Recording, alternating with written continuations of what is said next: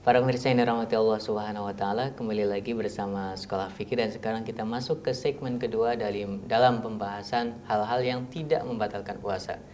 Kalau tadi kita sedang membahas tentang hal-hal yang tidak membatalkan puasa namun diperselisihkan, ada yang mengatakan tidak membatalkan, tetapi ada juga yang mengatakan membatalkan. Yang tidak membatalkan adalah jumhur ulama atau mayoritas fuqaha dari kalangan Hanafiyah, Malikiyah dan Syafi'iyah bahwa berbekam itu tidak membatalkan puasa, ya Zat. Iya. Sedangkan Hanabilah mengatakan batal puasanya. Batal puasanya. Yang kedua setelah berbekam apa ini, Zat? Ya, jadi sebetulnya untuk permasalahan kedua itu masih memiliki hubungan yang sangat erat gitu ya dengan permasalahan yang pertama tadi yaitu berbekam, yaitu masalah darah yang keluar dari tubuh seseorang. Oh, masih tadi berbekam juga keluar darah ya sebenarnya. Keluar darah. Maksudnya keluar darah gitu. Nah, maka permasalahan yang kedua adalah bagaimana ketika seorang yang sedang berpuasa itu keluar dari tubuhnya itu darah yang sangat banyak, entah apa itu sebabnya gitu ya. Kalau tadi kan memang keluar darah, tapi Iya, sengaja, yaitu sengaja. dengan dibekam, akhirnya darahnya pada keluar. Iya. Nah, kalau ini yang kedua keluar darah tetapi tidak dijelaskan gitu Tidak ya. Pokoknya keluar darah, keluar begitu darah saja. saja gitu. Ya karena orang berbekam pun ya tujuannya apa dia? Ya mengeluarkan darah itu. Maka ilah kenapa dikatakan berbekam itu batal puasanya, maka keluarnya darah. Maka permasalahan kedua itu apabila seseorang kemudian keluar darah yang sangat banyak dari dirinya, gitu ya, seperti orang yang sedang berbekam tadi. Nah, ini menjadi khilaf juga akhirnya. Karena permasalahan hijamah khilaf, maka permasalahan yang ini juga khilaf karena masih memiliki hubungan yang sangat erat. Maka lagi-lagi mazhab Hambali yang mengatakan berbekam itu membatalkan puasa, dalam hal ini mereka juga mengatakan seseorang yang keluar darah yang banyak gitu ya, ketika dia sedang berpuasa maka otomatis puasanya batal juga. Kias terhadap itu tadi, hijamah. Dalilnya yang digunakan oleh Hambali ketika bilang keluar darah itu membatalkan puasa itu dalil yang sama. Dalil yang sama tentang dengan berbekam membatalkan tadi, puasa membatalkan itu. Ya? Puasa. Berarti yang tidak membatalkan juga jumhur ya? Juga jumhur ulama. Ya kalau berbekam saja dengan menggunakan dalil yang sama juga. Kalau misalkan berbekam saja tidak membatalkan puasa, sedangkan dia sengaja untuk mengeluarkan darah, maka seseorang yang keluar darah gitu ya, entah itu sengaja atau tidak, ya justru lebih berhak untuk tidak batal puasanya gitu. Dan itu yang dikuatkan oleh jumhur ulama. Maka ketika seseorang itu mengalami kasus-kasus yang seperti ini, kemudian dia bingung apakah gara-gara saya keluar darah yang sangat banyak ini puasa saya batal atau tidak. Nah, kalau dia bermadzhab Syafi'i misalkan karena di Indonesia, kemudian berarti dia tidak batal puasanya. Tapi kalau Hanabilah, orang yang kecelakaan berarti batal puasanya. Orang yang kecelakaan dan keluar darah yang sangat banyak gitu ya, ya kiasan dengan tadi itu. Batal puasanya kalau menurut mazhab Hambali. Oke, itu yang kedua ya. Yang kedua. Keluar darah kurang lebih pendapatnya sama seperti ketika berbicara tentang berbekam. Hanabilah mengatakan batal, sedangkan jumhur mengatakan tidak batal. Yang ketiga yang masih diperselisihkan di antara para ulama apalagi? Jadi yang kalau berbekam keluar darah itu ya mungkin kasus-kasus yang agak lama. Artinya ulama-ulama dulu juga mungkin sudah membahas itu.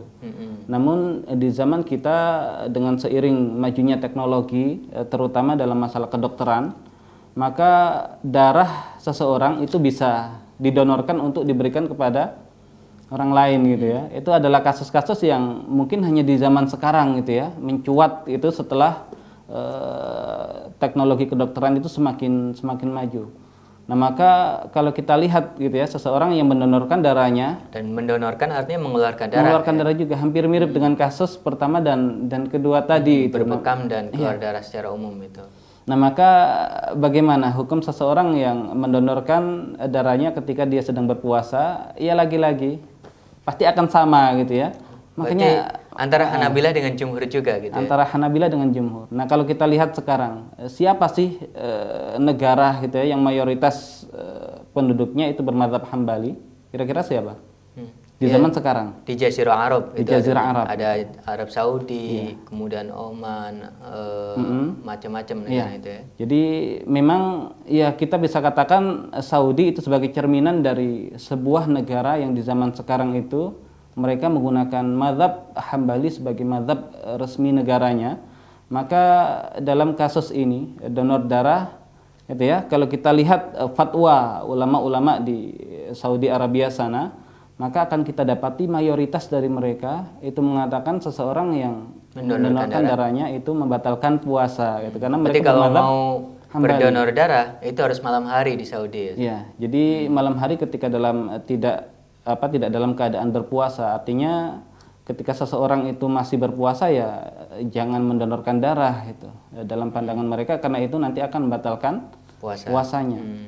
Nah, namun ulama ataupun di luar mazhab Hambali itu ya di zaman sekarang ketika Indonesia misalkan yang bermazhab Syafi'i, kemudian Mesir atau mana itu mereka kan tidak Hambali gitu ya, maka dalam hal ini akan kembali lagi kepada pendapat ataupun pandangan jumhur ulama yang mengatakan sekedar keluar darah itu tidak membatalkan puasa. Maka seseorang yang mendonorkan darahnya dalam keadaan berpuasa tidak membatalkan puasanya. Namun yang perlu diingat bahwasanya donor darah itu kan tidak semua orang bisa mendonorkan darahnya. Dilihat kondisi kesehatannya dulu atau apa gitu ya.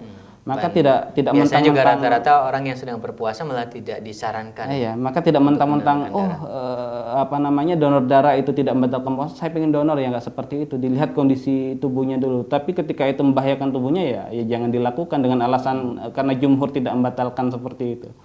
Ya kalau secara fikihnya memang seperti itu. Seseorang yang mendonorkan darahnya menurut jumhur ulama tidak membatalkan puasa. Itu yang ketiga, mendonorkan darah. Yang keempat apa? Ya, yang keempat ini adalah permasalahan yang agak berbeda kasusnya gitu ya. Dengan kalau tadi adalah sesuatu yang masih berhubungan dengan darah, ini juga sesuatu yang sebetulnya masih berkaitan dengan apa yang keluar dari tubuh manusia. Apa yang keluar dari tubuh manusia? Yaitu apa kira-kira? Banyak sekali, Ustaz. Dahak. Jadi dalam kasus dahak gitu ya, apabila seseorang itu menelan dahaknya. Nah, apakah orang tersebut dikatakan batal puasanya atau tidak? Nah, kalau kita masih kecil gitu ya, biasanya mendengar orang-orang ya nggak tahu itu dasarnya dari mana. Jangan telan ludah ketika berpuasa. Kalau menelan ludah itu batal puasanya. Nah, kira-kira menurut antum orang yang menelan ludah batal nggak puasanya? Waduh, batal apa enggak itu, Ustaz? Ya, karena ini nanti ada kaitannya dengan dahak gitu. Nah, maka kita sepakati dulu di awal, apakah orang yang menelan ludahnya ketika berpuasa itu batal puasanya? Ya jelas tidak. Tidak mungkin seseorang itu bisa lepas dari ludah gitu ya. Karena itu adalah untuk membasahi mulut. Jadi, seseorang. Menelan ludah itu nggak batal? Ya nggak batal. Nah, namun ludah itu kan sesuatu yang keluar dari mulut kita, gitu ya.